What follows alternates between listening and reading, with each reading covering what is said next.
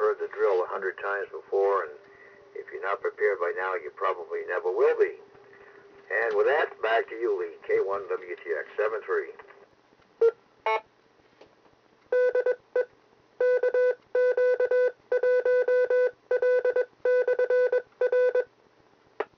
Well, very good there, Jerry, and you're correct. And this is W1LWT.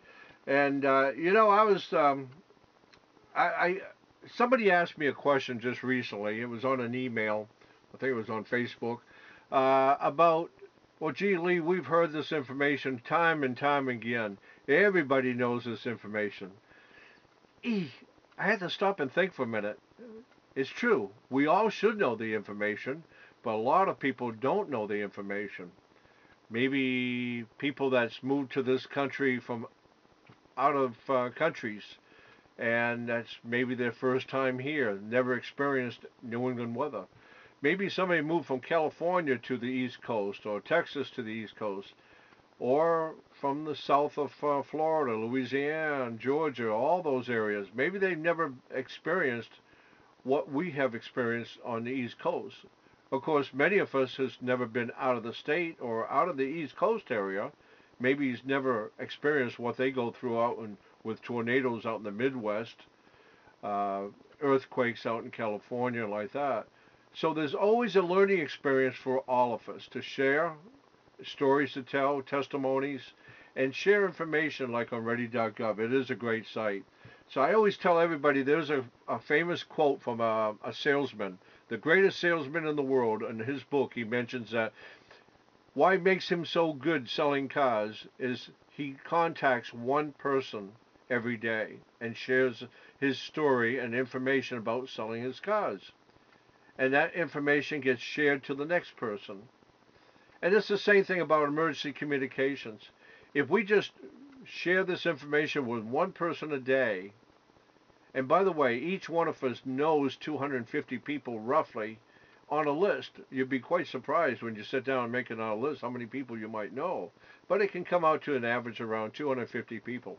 So if you share this information once a day with one person every so often, and then everybody will be informed and understand, and maybe they won't be stuck on a road that's flooding over because they tried to skip across a little puddle, which turned out not to be a puddle. You never know. Share the information. Thank you, Jerry. You're a very important part of my net and all the nets that I do and any nets out there for Skywarn. Thank you very much. Okay, moving right along. KG1Q. Mark, anything you'd like to share with us tonight? Okay, Lee, we're coming up to the top of the hour here. I'll make this real brief. We are as prepared as we are for every storm. We've got probably 24 bottles of water. I've got 5 cord of wood in the basement for heating purposes if we lose power.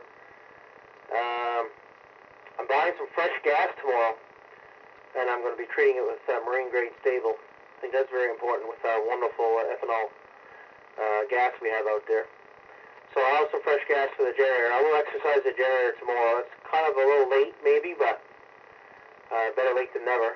And lots of ice water in the fridge. Plenty of canned goods. If it comes down to it, Lee, I can cook on the old wood stove.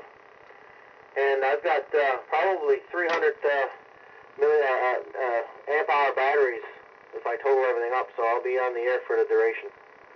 But I don't believe we're going to get a lot. I'm watching this path. I'm watching the projections, and I don't know. I just see this going right straight up to Lake Ontario, and we're just going to get the outer bands. And every day I look at the point forecast for my area, and the rain totals are getting lower and lower and lower and lower. So anyway, I don't believe we're going to get much. I hope I don't live to eat those words, but I don't believe it's going to be that bad here. But anyway, hopefully I don't eat those words. Looking forward to the portable ops coming up November the 11th. Hope everyone joins us. And I'd say we might even have more than 2 operating positions. Maybe we'll have a third. Maybe I can entice the group here, Lee, as Freudian, to maybe have a QRP setup running 5 watts. That'd be kind of cool. But anyway, Freudian aside, we'll say 7 threes to all. W1LWT KG1Q. Okay, Mark, very good on the preparation, and that's a good idea, a QRP station. Maybe we'll hint that over to Jerry over his way. Hey, Jerry, something to think about, QRP. All right, that'd be great having a three stations there. So anybody visiting us, people that's not a ham or people that are hams, and they can see how different operations take place and how we enjoy our hobby. Okay, end service. All right. And yes, I did a lot of preparation today and yesterday myself. All day yesterday and all day today, I've been working around the farm, getting everything all ready, not only for winter, but also for the storm. Batting down the hatches and putting the farm equipment away, putting the shovels away, and covering everything over, checking all my antennas. You name it, I did everything you can think of today. Got the campers all ready for winter and everything. But I can grab a camper anytime I have to, hook onto it, and take off with it. And I got emergency equipment in the barn and in the house. I have 3 5-gallon pails loaded with the first pail has a 10-day supply for 2 people of meals and emergency stuff in a 5-gallon pail sealed. I checked on that today, replaced the batteries and everything. And same thing, I have a second pail that is good for 15 days for a 2 person. And then I have a 30-day supply for 2 people. And there's enough meals in each one of those to survive in the 5-gallon pails. Minimum, but they're healthy and high in vitamins and nutrients and starch, you name it. But everything you can think of that I would have, according to a list that you can go by, that you can download from ready.gov. Because when you make your own emergency kits, you want to customize it for yourself and your family. And very good point on there, Mark, about bringing wood in the cellar, which I have not yet, but I covered all my wood over today and brought in, had some help, and we brought in about 12 loads of wood. So we're good for a week to 2 weeks of burning wood if we have to for our fireplace. Okay, thank you very much there, Mark. Okay, W1LTX. Oh, wait a minute, I forgot somebody here. N1DOT. Ken, what would you like to share with the net tonight? Well, N1DOT, I got the battery on charge right now. I've got a cord that I can make up if I need it to connect the battery to the power supply so I can have power. I've also got the generator exercise. I got 5 gallons of fuel waiting just in case it's needed. And, I don't have it treated, so after the event, I'll just take it and put it where I could use it the most, which will probably be back in the automobile after N1DOT.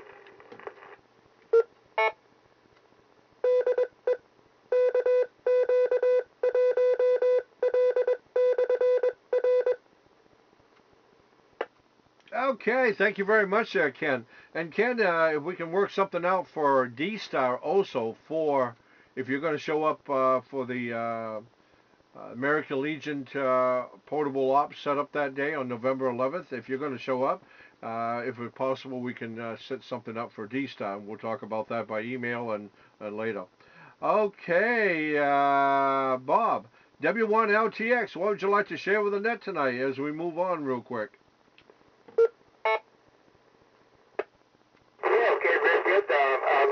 WYLTX here for the second rollout, if you will. But I kind of think Marcus may be right. He may be on to something there because we've been kind of watching the track of Sandy there, and I don't believe it's going to be any worse than our range. We survived that one, so hopefully we can survive this one too. But anyway, I guess we're as ready as we can be, but the Saints are really messing up. I'm sitting here watching my football game. With that, Lee, back to net. WILTX. Okay, thank you very much, Bob. All right, thank you. Okay, going down the list, N1BBK. Leo, if you're out there, what would you like to share on the net tonight? N1FCM, you be next. Good evening, Lee, and everybody on the net. Well, last month I had an antenna up there with 2 beams on it for about 10 years, and with a small channel master boat on it, worked just fine, but I guess in the last couple of weeks or so, the wind took its toll and left the gears on it. I put a new heavy-duty rotor this time, so we're going to get a chance to test that out there when the wind comes up. We took the generator out today and started it up, make sure it's going to run the house or part of the house that we want. That's working fine, and I got my batteries all charged up for emergency power here, so if there's anything, I got the food, and we got everything we need, I guess, the water, so I guess we're all set for the emergency if there is one. Or if there isn't, then we're prepared anyway. M1BBK, back to net, $53. Okay, thank you very much there, Leo. And yeah, I got my generators ready today too. That was the other thing. I started them both, make sure they're up and running, and so they're all ready to go. Okay, and 1 can of 6 gallons of gas for a backup. All right, let's see. Oh, and the motorbike. Double check that, ran it, make sure that was up to par in case I have to use that to, in case anything else fails. Okay, let's see, going down the list, N1FCM and KB1QHR, you're up next. W1, I get you confused with Bob's call sign. N1SCM here, Lee. I think I'm in pretty good shape. I spent most of the day outside making sure there was nothing that would become a missile and if there was any heavy winds. Of course, I'm kind of protected here too. There's a lot of trees around, and it's kind of a turbulent type atmosphere here. The wind from all directions all the time, so it's not a real major threat. But it can be, if there's something that's not tied down, like up on the garage or something like that, could become a hazard.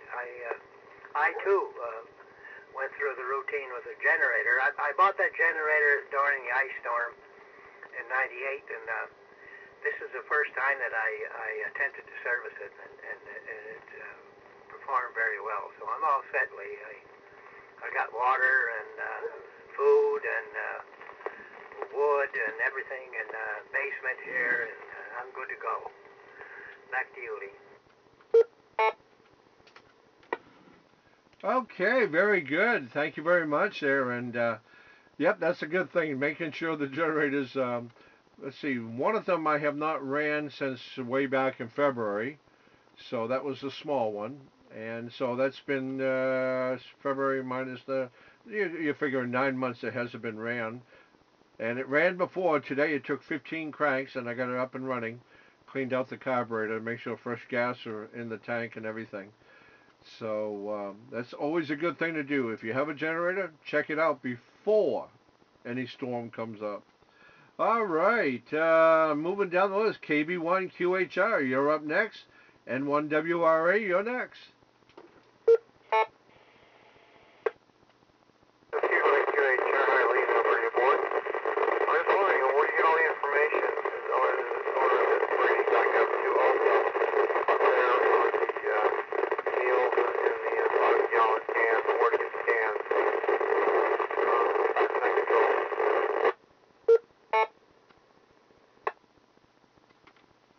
Yeah, very good. Are you all prepared for the storm from where you live there, Paul?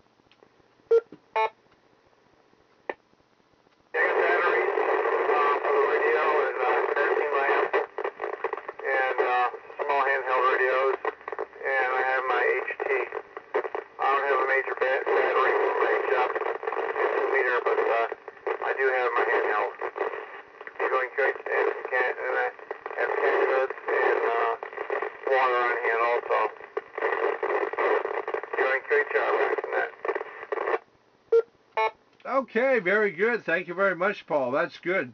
Get your stuff all charged up and ready for the storm. Very good. Okay, N1WRA, you're up now. And anything you'd like to share with the net? And then N1WXB, you're up next.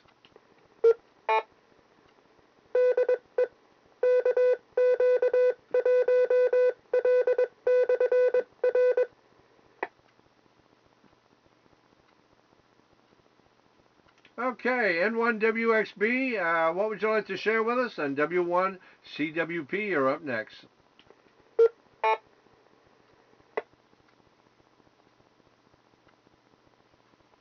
Okay, W1CWP, anything you'd like to share with our net tonight? And N1WPU, you're up next.